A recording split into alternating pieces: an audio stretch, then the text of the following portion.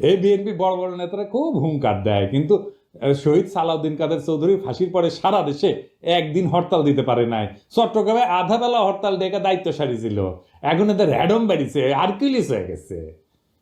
এইসবের পরিণতিকালে খুবই খারাপ হবে। রাজনৈতিক প্রতিপক্ষকে ডিল করা শিখেন। যাদের দয়া পলিটিক্যালে সাহস ফিরে পেয়েছে তাদের কটু কথার সমালোচনা সহ্য করা শিখেন।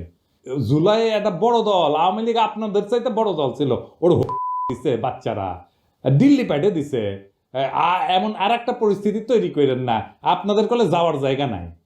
বড় দলের অভিভাবক সুলভ আচরণ হবে, দয়া এবং ভালোবাসা দিয়া।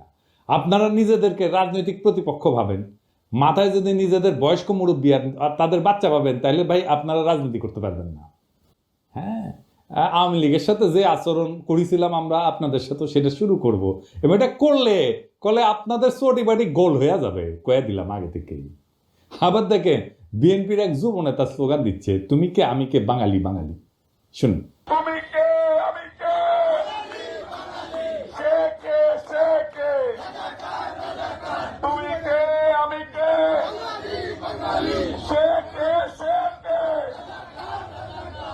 বিএনপির আদর্শ হইতেছে বাংলাদেশি জাতীয়তাবাদ। বাঙালি জাতীয়তাবাদকে পরাজিত করে বাংলাদেশি জাতীয়তাবাদের প্রবক্তা ছিলেন শহীদ জিয়া, এবং এটা শহীদ জিয়ার অরিজিনাল আইডিয়া, কেউ কয়া দেয়। শহীদ জিয়ার রাজনীতিকে এরা কম্পোর্ট দিয়ে দিল, এরা বিএনপিকে আওয়ামী লীগ বানায় ফেলতেছে। সাব্বাস বাঘের বাচ্চা, ওই ভাবিচ্ছে যে এই কইরা লীগের ভোটগুলো টানবি, কিন্তু ওর যে নিজের ভোটগুলো জয় বাংলা হয়ে যাবে সেই খবর আর নাই। তো এই নয়ন সম্পর্কে শোনা যায় নাকি প্রচুর চাঁদাবাজি করেছে, জানি না। নয়ন, তুমি কিছু মাইন্ড করো না, শুনিচ্ছি আর কি, সত্য মিথ্যা জানি না। তবে নয়নের কাছেও এই অনুসন্ধানী সাংবাদিক, হ্যাঁ, ওই চান্দা চাইছিল, এটা নয়ন নিজেই কইছে, শুনেন।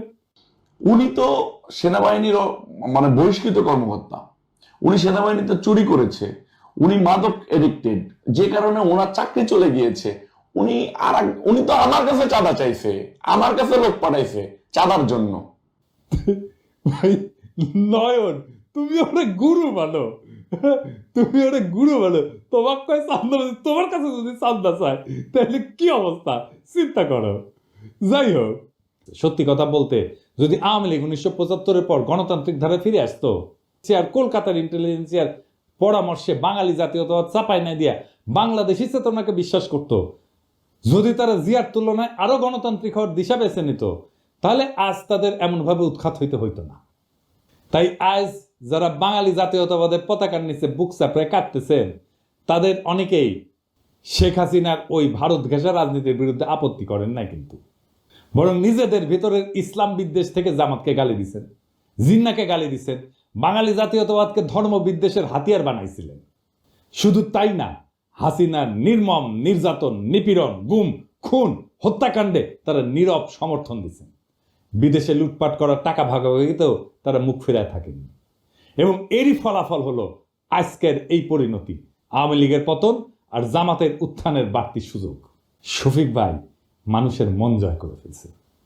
উনি মন জয় করার মতোই মানুষ, একজন অত্যন্ত উঁচু মনের মানুষ, একজন অত্যন্ত ক্যাপাবল লিডার। শফিক ভাই দ্রুত আরোগ্য লাভ করেন, আবার রাজনীতির মঞ্চে ফিরে আসেন। আমাদের অনেক কাজ করতে হবে একসাথে, সেই কাজে শফিক ভাইকে দরকার, শফিক ভাইয়ের মতো নেতা দরকার, শফিক ভাইয়ের মতো মুরব্বী দরকার। আমরা চাই আমাদের নেতা আমাদের মতোই হোক, আমাদের মতোই রক্ত মাংসের মানুষ হোক, আমাদের মতোই দুঃখ পাক, আমাদের মতোই কষ্ট পাক, আমাদের মতোই কান্না করুক, আমাদের মতোই ভালনারেবল হোক। আমাদের রাজনীতিতে সেই রকম নেতা সবাই হয়ে ওঠেন। আমরা সেই কামনা করলাম, সেই নেতারাই আগামীর বাংলাদেশ নির্মাণ করতে পারবে। সেই দিনের অপেক্ষায় আমরা থাকলাম। আমরা সেই দিন একসাথে আবার সেই বিপ্লবকে পুনর্নির্মাণ করব, আবার সেই বিপ্লবের স্বপ্নে আমরা নতুন বাংলাদেশ গড়ে তুলব। চরমনাইকে সালাউদ্দিন সাহেব বলছে চরের দল, তারা একটা চরের দল, তারা কখনো একটি আসনও পায় নাই, একটা মেম্বার চেয়ারম্যানও হইতে পারে নাই। শেষ পর্যন্ত একটা সিটি কর্পোরেশনের নির্বাচনে আওয়ামী লীগের অধীনে নির্বাচনে গেছে, সেই নির্বাচন আমরা বর্জন করেছিলাম, সেখানে একটা দন্ত মোবারক শহীদ হয়ে গিয়েছে। এগুলো কি? এই কথা বললে একেবারে স্যাট করে উঠলে হবে 16 বছর চোদনের উপরে থেকে সালাউদ্দিনের মতো নেতারা ছাড়া হয়ে গেছিল। কক্সবাজারের নাকে খদ দিয়া বদিয়ার বাইটটা জাফরের ভয়ে রাজনীতি করিছে বলে জানি না। আমরা যখন ছাত্র রাজশাহীতে, তখন পাপিয়া ও রাজশাহী ইউনিভার্সিটির ছাত্র দল নেত্রী তুখোর বক্তা। পাপিয়া তখন ক্রেজ আর কি। পাপিয়া আসবে, বক্তৃতা দিবে, শুনলে পাবলিক ঝাইপে পড়ে। আমিও খালি শুনি পাপিয়া নামে এক নেত্রী আছে, হেভি বক্তি মাঝারে।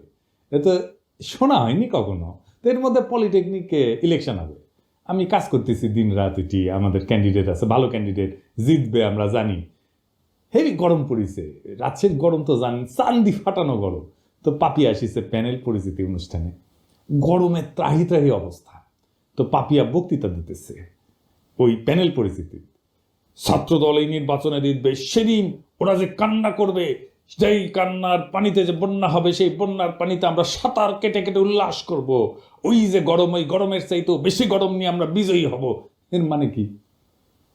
সেই দিন বাগে খেয়েছে, তারপরে 36টা বসন্ত পার হয়ে গেছে, তাও গরমের চাইতে বেশি গরম। এই কথার মানে বুঝি নাই। আপনারা বুঝিছেন? হ্যাঁ, বুঝেন নাই? এই জন্যই কবি পুলক বন্দ্যোপাধ্যায় লিখেছিল, তুমি কি যে বলো বুঝি না, তোমার মুখের পানে চাহিলে আমি কিছু শুনি না। তুমি কি যে বলো বুঝি না। আল্লাহর কি অসীম কুদরত। কিছুদিন আগে এই গরমের উপরে থাকা কথাটার মানে বুঝেছি। এটা নাটকের ক্লিপ দেখে আপনারাও শুনেন। এই যে এটা আমার চেহারা তুমি মাশাআল্লাহ ভালো। তো যাই হোক, ক্যাবলা কোন দিকে? ক্যাবলা কি? আরে পশ্চিম। এদিকে। এইরকম টেলিভিশন দেখিনি, টেলিভিশনটা একটু সারা তো। এটা টেলিভিশন না। তাহলে এটা কি? এটা জানার আপনার দরকার নাই, গরম লাগলে খবর দিয়ে। আমি তো গরমের উপরে সব সময় আছি। পাপিয়া এখনো গরমের উপরেই আছে, বুঝছাও? তো ইলেকশনে ছাত্রদল জিতে নাই, ছাত্র ইউনিয়ন জিতেছিল। তো বিপি সহ কয়েকটা আসনে এখন কইতে পারেন এই হারমোনিয়াম পার্টি ছাত্র ইউনিয়নে আবার জিতেছিল বিপি ইলেকশনে। ওই সময় মানে 90-এর ছাত্র ইউনিয়ন আলাদা ছিল। ওই সময় রাজশাহী কলেজে ছাত্র ইউনিয়নের বিপি, পলিটেকনিকে ছাত্র ইউনিয়নের বিপি, বিআইটিতে ছাত্র ইউনিয়নের জিএস, আর রাজশাহী মেডিকেল কলেজে ছাত্র ইউনিয়নের জিএস তো আমি ছিলাম। তো যাই হোক, পাপিয়া আবার বিএনপি হারানোর কোশিশ করিচ্ছে। থেকে এসে কেউ যদি মেম্বার হয় সেটাকেই মানতে চায় না। আবার প্রবাসী ভোটাররা রেমিটেন্স দেয়, তো তাদের পরিবারের জন্য তারা টাকা পাঠায়, তাদের পরিবার ভিটামাটি বিক্রি করে ছেলেকে বিদেশ পাঠায়। তো সে তার দায়িত্ব আছে তার পরিবারকে টাকা পাঠানোর।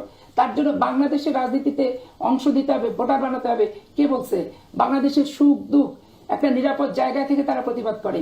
আমাদের মতো রংপানি থেকে, রিমান্ড থেকে, লোহার রড থেকে থেতলা করা, আর পুলিশ পিটানি, আর দিনের পর দিন 40 দিন 50 দিন থানা ও থানা করে বেঞ্চের উপর বসায় রেখে রিমান্ড কার্যকর করা, এগুলো কি প্রবাসী ভোটাররা কখনো তারা কি ভুক্তভোগী?